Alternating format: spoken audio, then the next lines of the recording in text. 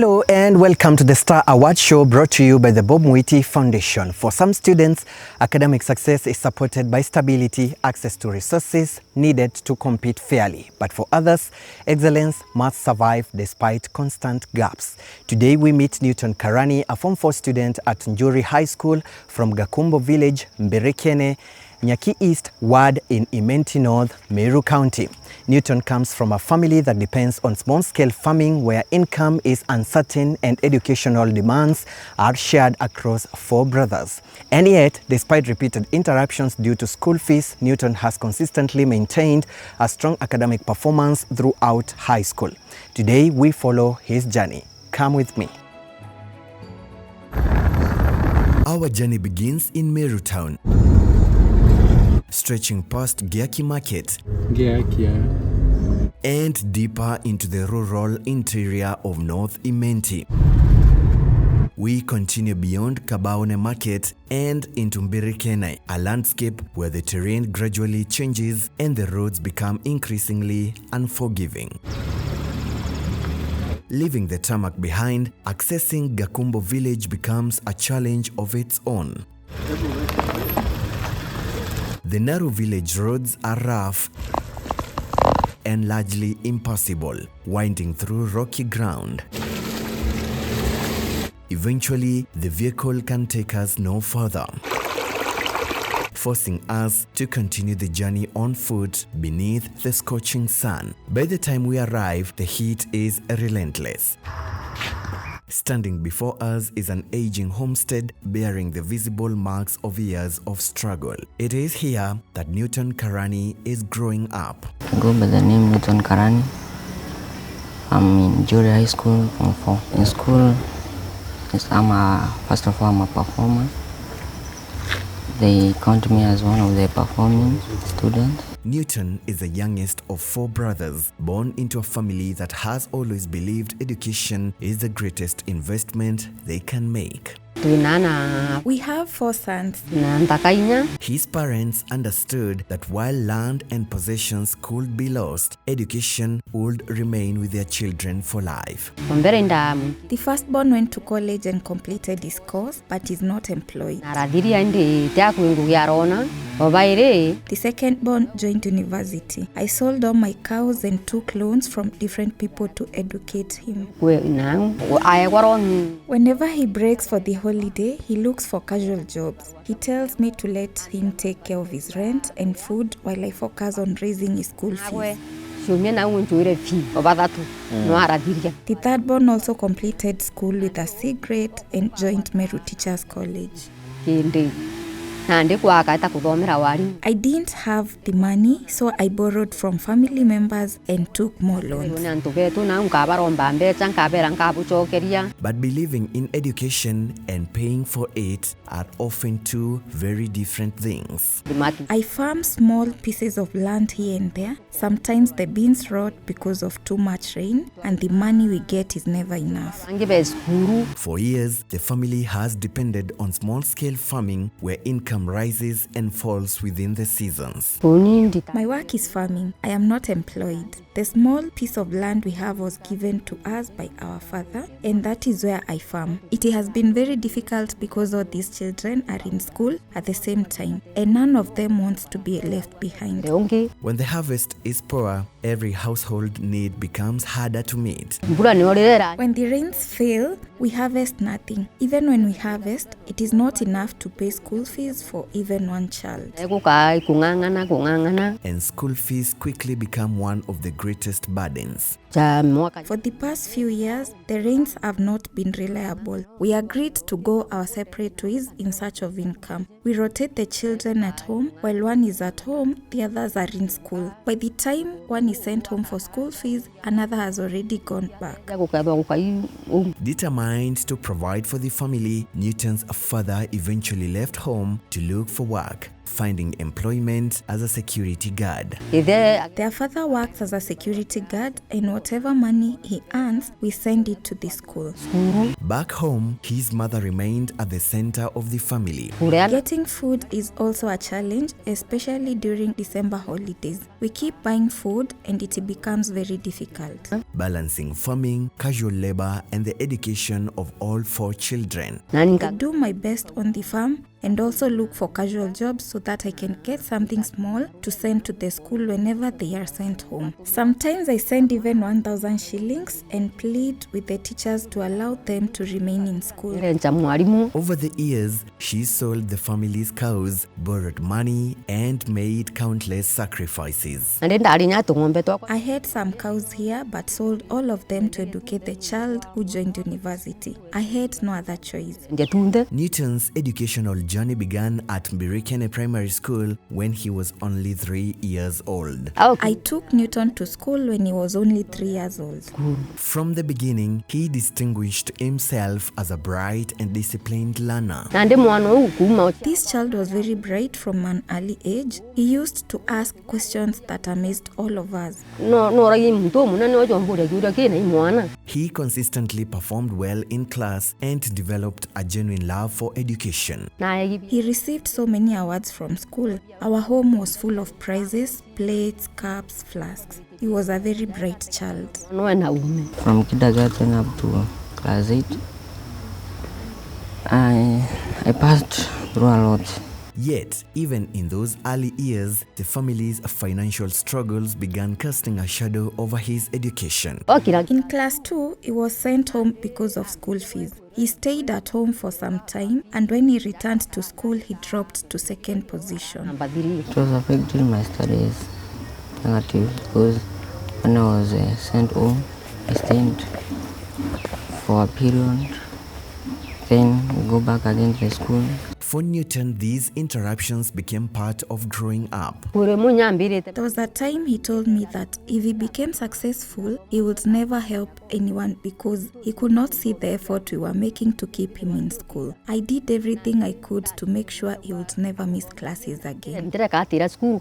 Still, each time he returned, he worked hard to recover the lessons he had missed. There was a time he cried so much at school that even the teachers were surprised. He had dropped to 2nd position because he had stayed home for some time after being sent home over school fees. As Newton advanced through primary school, the financial burden on the family continued to grow. It was hard. For example, the teachers were not teaching us. The school itself, they like they had gone bankrupt. They don't have money to pay the school, the teachers. With 4 children pursuing education at different levels, every school term brought new expenses that stretched the family's resources even further. I have been passing through a lot of challenges, coming home each and every time. I understand and tell my parents to pay, just give me some money and go. Stay for a while, then I'll be sent at home again. I used to go to our women's groups and plead with them to lend me money, promising that I would work to repay them.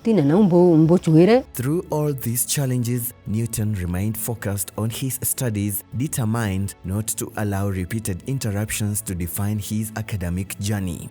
And going at home each and every time, going back again to school, covering the syllabus, trying to cope up with the other students, sacrificing myself every time.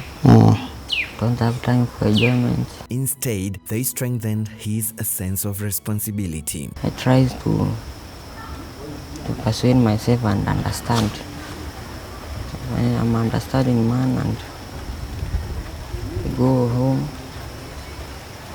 stay for a while, go back again with not enough money, but I wait for the other time where the school is sending the student at home. During school holidays, he joined his mother in casual labor whenever possible, understanding that every small amount earned could help reduce the burden waiting at the beginning of the next term. When they were sent home, I sometimes asked them to join me in casual jobs so that whatever we earned could help take them back to school. At home, educational responsibility is carried across an entire family. With 4 brothers pursuing different levels of education, the financial pressure on the household is constant. Resources from small-scale farming must stretch across many needs, and by the time they reach Newton's school requirements, they are often exhausted. When Newton completed primary school, he did well in his KCPE. He scored 311 marks. And I feel very well because our teachers, they were not that available. It was a performance that earned him an opportunity to Njuri High School. I heard that Njuri High School was a good school with quality teaching, and we decided that was where he would join. For the family, however, admission presented another challenge. I took him to the school to collect the admission letter. When we saw the requirements, even the uniform had to be purchased at the school. Meeting the initial requirements demanded money they simply did not have. The expenses were overwhelming and I had nothing. I went to the principal and pleaded with him to allow me to pay half the school fees and use the remaining money to buy the uniform. Determined not to let the opportunity slip away, Newton's mother borrowed money, sought help wherever she could. Knowing he was about to join secondary school, I had already taken loans from our women's groups. It was January and we had not harvested anything, so I combined those loans with the little money I had managed to save. Through persistence and sacrifice, Newton finally reported to secondary school. After all that, I managed to raise about 10,000 shillings, and that is how he joined secondary school. But joining school would prove far easier than remaining there. The second week of the term, I was sent at home. I stayed at home for long. Until then, they get some money, and they sent me back to school.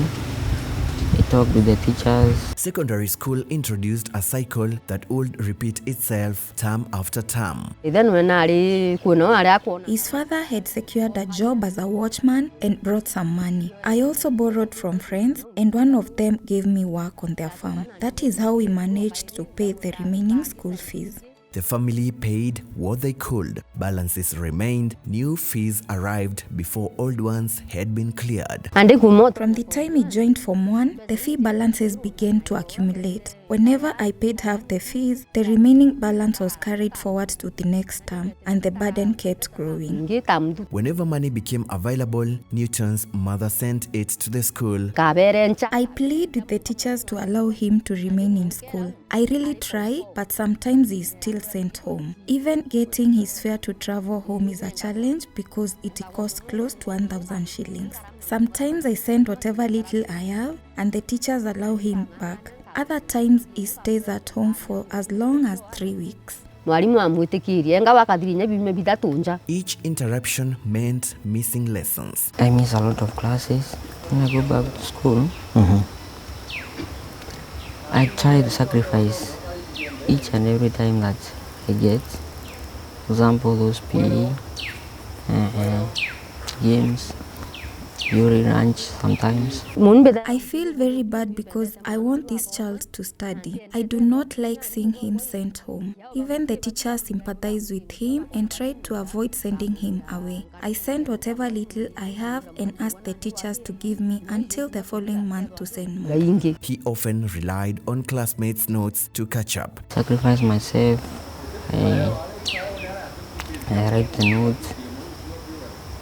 I study until I'm in a good place in the other students. For Newton, academic performance has never depended on comfort. While many students rely on uninterrupted learning and consistent access to materials, his journey has often been shaped by absence, missing exams, missing lab practicals, and at times even lacking the required books. Yet despite these gaps, he continues to compete academically, finding ways to catch up using classmate notes and personal discipline. In this way, every grade he earns represents far more than marks on paper. The burden Newton carries extends beyond unpaid school fees. It is the emotional weight of constantly wondering whether another interruption is around the corner. The problem was being set at home each and every time the school is needing some money. Over time, those pressures began affecting his academic performance. Yet, rather than giving up, Newton chose to work even harder. In school, I work up to the latter. I found myself every time working hard so that I can attain and pursue the course that I want to do. Despite the challenges surrounding him, Newton continues looking ahead with purpose. Yeah, at home, I usually study at night.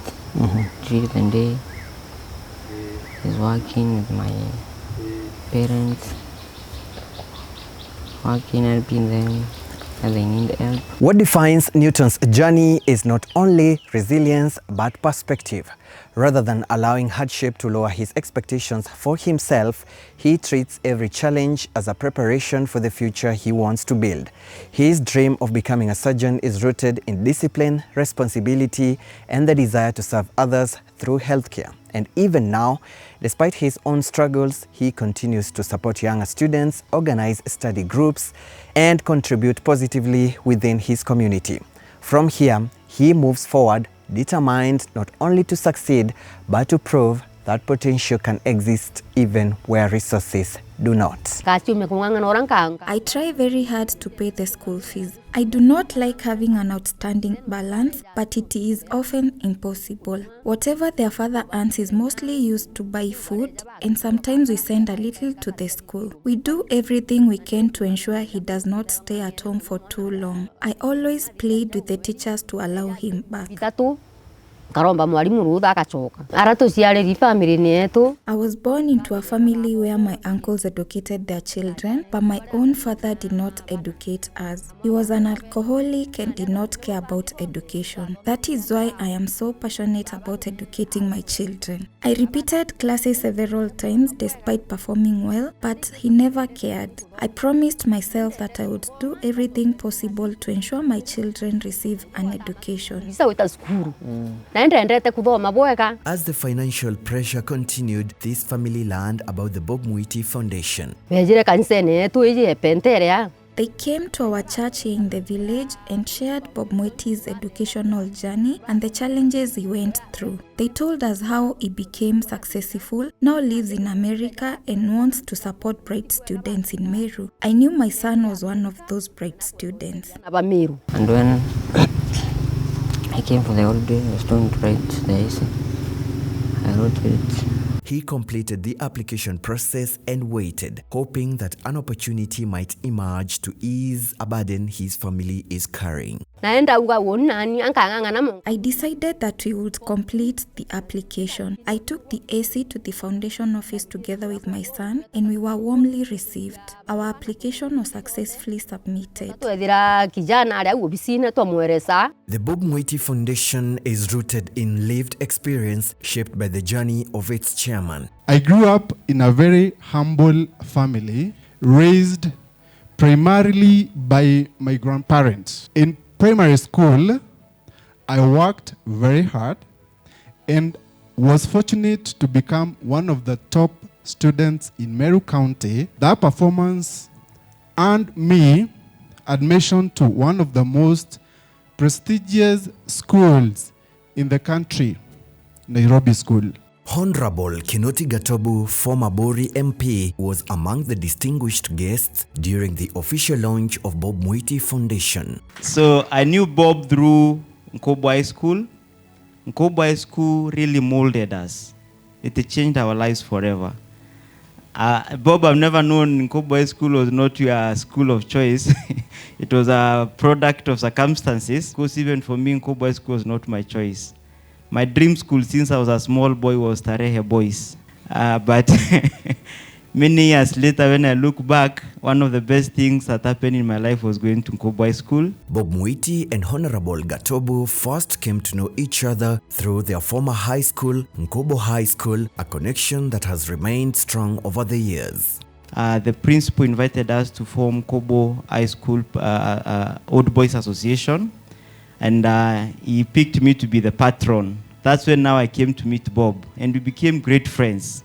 And he was very committed to the cause. During the event, Honorable Gakumbo praised Bob Mwiti for consistently being at the forefront of empowering dreams and creating opportunities for young people through education and mentorship. And Bob never misses. Sometimes he takes a flight from US to come and mentor the boys of Nkobo High School. That tells you how committed, how loving he is. Even last year, July, we were with him again in Nkobo High School, mentoring the young boys, supporting them. And really Bob, saa ingine sisi tukiwa Kenya tuna miss the mentorship day, but Bob akiwa wapi, hata akiwa Pluto, atachukua rocket akuje. He also expressed his appreciation for seeing a vision that began as a personal dream finally come to fruition through the establishment of the Bob Mwiti Foundation, an initiative now dedicated to supporting and uplifting vulnerable students and communities. I'm very happy to learn that Bob has earned this dream for a long time. This is a great thought.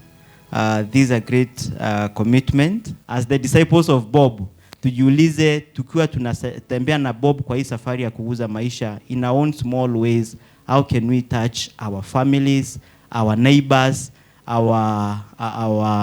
all the people near and even far from us. As part of a mission to give back to the community. About 8 years ago, I began quietly supporting top students from my local primary school, Gakumbo, and my alma mater, Nkobo High School. As the years went by, I realized there was a need to create a more structured and scalable way to help many more students.